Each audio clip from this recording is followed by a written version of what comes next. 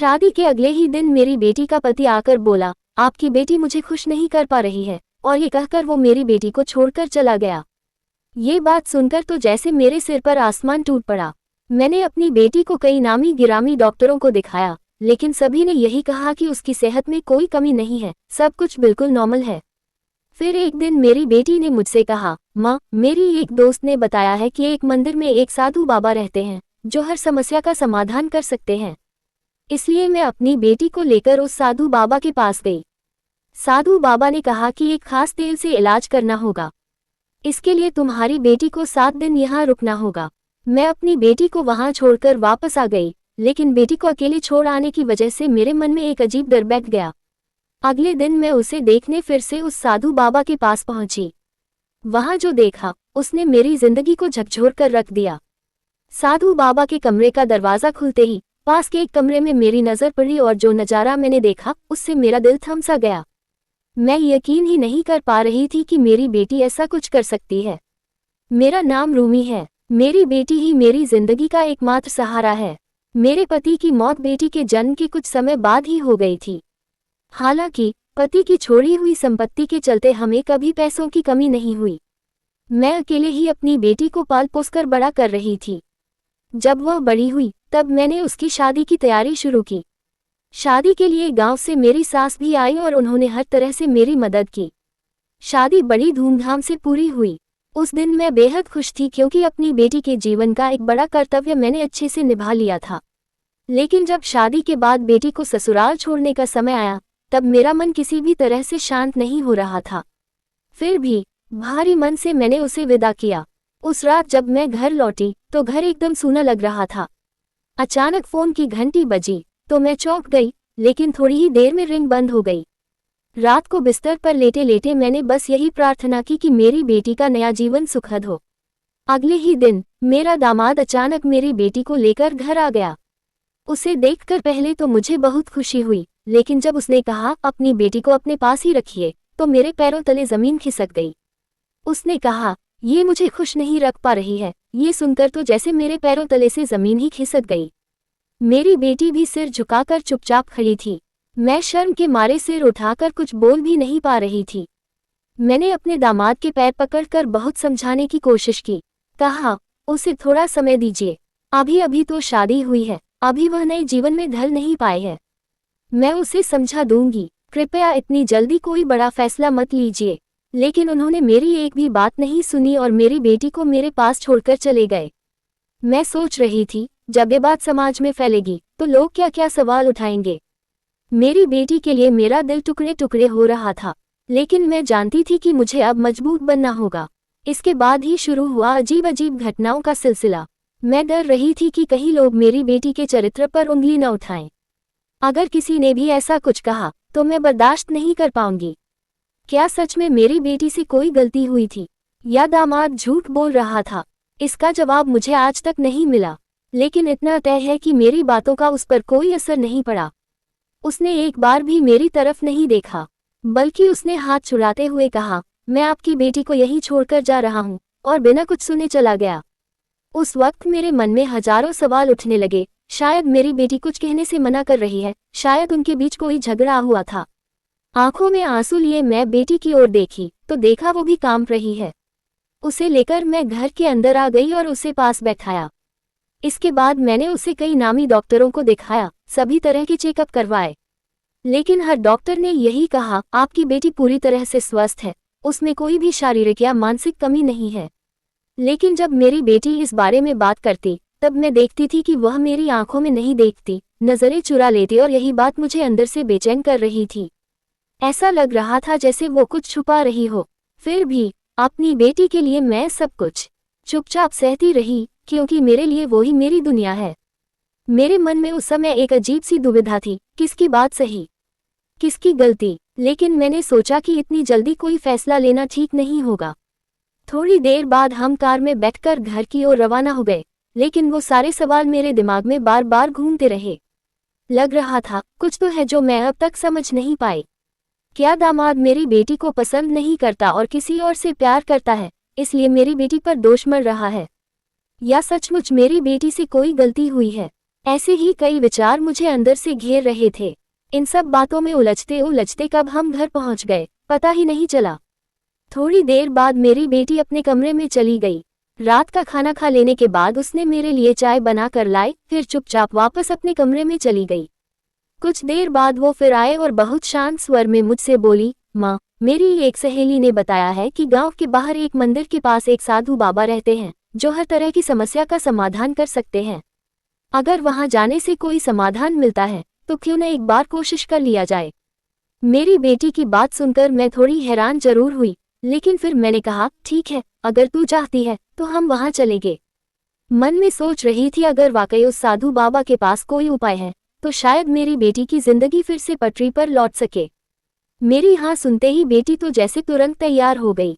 उसकी इतनी जल्दीबाजी देखकर मैं थोड़ी चौंकी जरूर, लेकिन ज्यादा ध्यान नहीं दिया।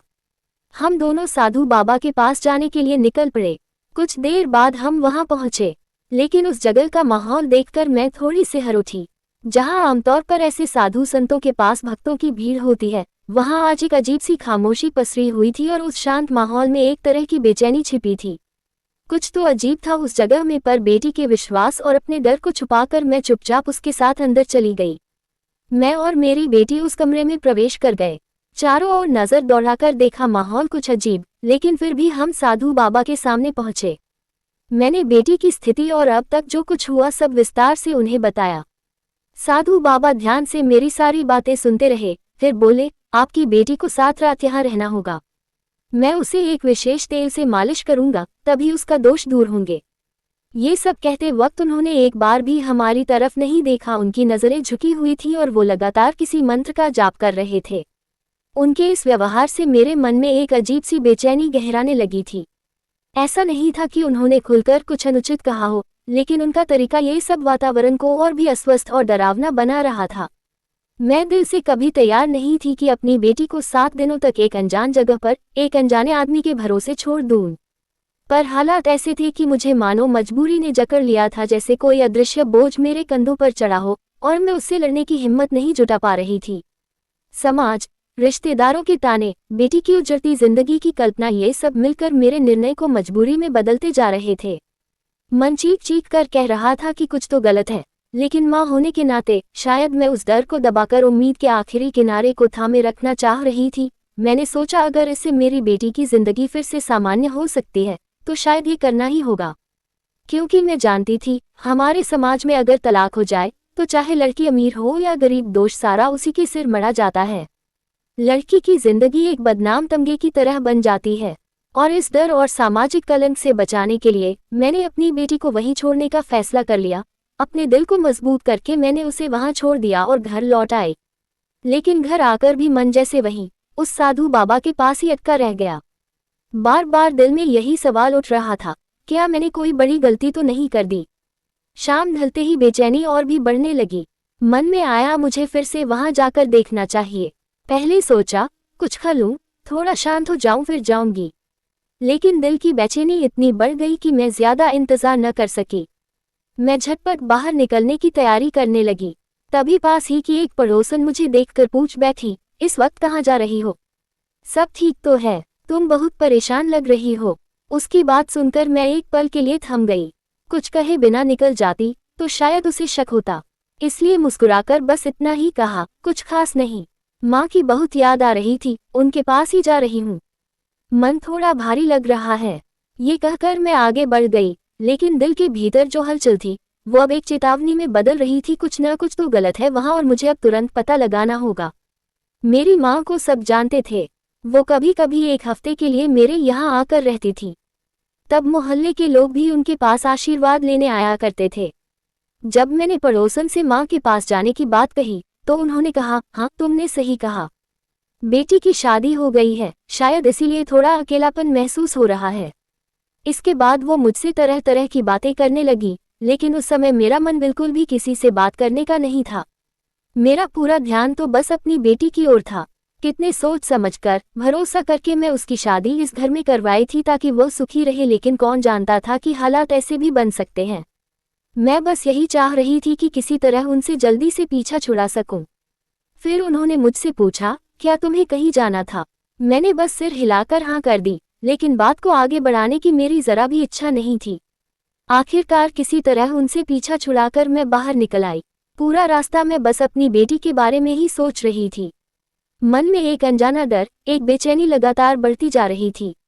लग रहा था, एक पल को तो सोचा था कि सब कुछ पड़ोसन को बता दूं, लेकिन फिर डर लगा अगर उसने बात को बढ़ा चढ़ाकर मोहल्ले भर में फैला दिया तो लोग ऐसे मामलों में कैसे कैसे रंग भर देते हैं। यही सोचकर मेरा मन और भी डर और शर्म से भर गया।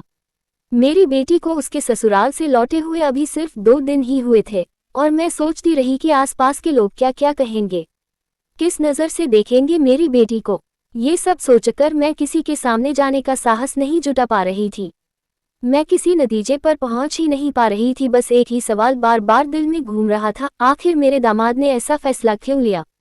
क्यों उसने कहा कि मेरी बेटी उसे खुश नहीं कर पा रही? इन्हीं विचारों में उलझी हुई मैं फिर से उसी जगह जा पहुंची जहां कुछ घंटों पहले ही मैंने अपनी बेटी को छोड़कर आई थी, उस अजनबी साधु बाबा के पास।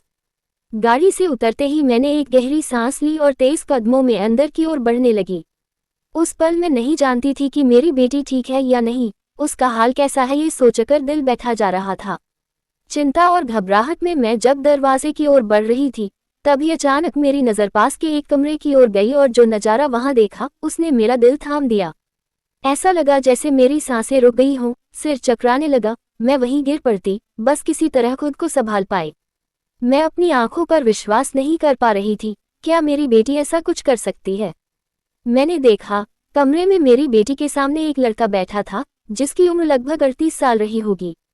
जिसे सब लोग साधु बाबा कहते थे, वही इंसान उस लड़के के रूप में मेरी बेटी के सामने बैठा था और उसका सिर उस लड़के की गोद पर टिका हुआ था।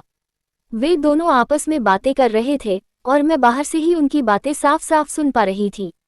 वो लड़का कह रहा था, तुम्हारी शादी की खबर सुनने के बाद से मैं एक पल भी चैन से नहीं रह पाया। मेरी बेटी ने उसका हाथ पकड़ते हुए हल्की मुस्कान के साथ जवाब दिया, इसीलिए तो मैं तुम्हें अपने पास ले आई हूँ, ताकि तुम यकीन कर सको कि मेरे पति ने कभी मुझे छुआ तक नहीं। मैंने खुद ऐसा इंतजाम किया है कि वो कभी मेरी तरफ देखे भी नहीं। अब मैं हमेशा तुम्हारे साथ रह सकूंगी। वे दोनों जिस तरह से शांत कमरे में बैठकर बातें कर रहे थे, मेरा अंदर से सब कुछ जलने लगा। मुझे महसूस हो रहा था कि मैं अब तक अपने दामाद को ही दोष देती रही, जबकि असली गलती तो मेरी बेटी की थी। मैं हैरान थी, क्या वाकई ये वही बेटी है जिसे मैंने अपनी जान से भी बढ़कर चाहा था? उनकी बातें अब बर्दाश्त के बाहर थीं। गुस्से में भरकर मैंने दरवाज़ा जोर से खोल दिया। दरवाज़ा खुलते ही वे दोनों चौंक कर खड़े हो गए। मैं तेज कदमों से कमरे के अंदर गई, बेटी का हाथ पकड़ा और गुस्से में एक जोरदार तमाचा उसके गाल पर जड़ दिया। फिर मैंने गुस्से में कहा, ऐसा घिनौना काम करते समय तुम्हें एक बार भी शर्म नहीं आई? क्या तुम्हें अपनी माँ की भी याद नहीं आई, जिसने अकेले अपने हाथों से तुम्हें पाल पोस कर बड़ा किया? इतना कहकर मैंने उसे फिर एक चांटा जड़ दिया। मेरे इस रूप को देखकर वो लड़का, जो मेरी बेटी को बचाने के लिए आगे बढ़ा था, मेरे गुस्से को देखकर वही चुपचाप सिर झुकाकर खड़ा रह गया। मैं गुस्से में थर थर कांपते हुए बेटी से पूछने लगी, तुमने ऐसा क्या कहा अपने पति से कि वह तुम्हें मायके छोड़कर चला गया? मेरी बेटी धीरे धीरे नजरें झुकाकर बोली, मैंने अपने पति से कहा था, तुमने मुझसे शादी क्यों की? मैं कभी माँ नहीं बन सकती। मेरे शरीर में संतान पैदा करने की क्षमता नहीं है। फिर तुम क्यों अपनी जिंदगी बर्बाद कर रहे हो?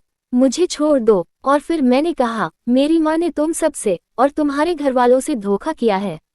उसके मुंह से ये शब्द सुनकर मैं जैसे सुन्न हो गई। मैंने सिर पकड़ लिया और वहीं जमीन पर बैठ गई, क्योंकि अब तक जो सच मैंने नहीं जाना था, वो मेरी बेटी ने खुद मेरे मुंह पर मार दिया था। मुझे इतना गुस्सा आया कि एक पल को तो लगा उसकी गर्दन दबाकर सब कुछ खत्म कर दूं। मैं सोचने लगी, क्या यही मेरी बेटी है जिस पर मैंने इतना विश्वास किया, जिसे मैंने इतनी मेहनत से पाला? मैंने खुद को थोड़ा संयमित किया और उसे समझाने लगी, तुम्हारे जीवन के फैसलों में भावनाओं को बीच में मत लाओ। अब तुम्हारी शादी हो चुकी है, तुम्हारा एक पति है, तुम्हारा फर्ज है कि तुम अपने वैवाहिक जीवन पर ध्यान दो। परिवार को प्राथमिकता देना ही अब तुम्हारी जिम्मेदारी है। लेकिन मेरी बेटी ने मेरी एक भी बात नहीं मानी।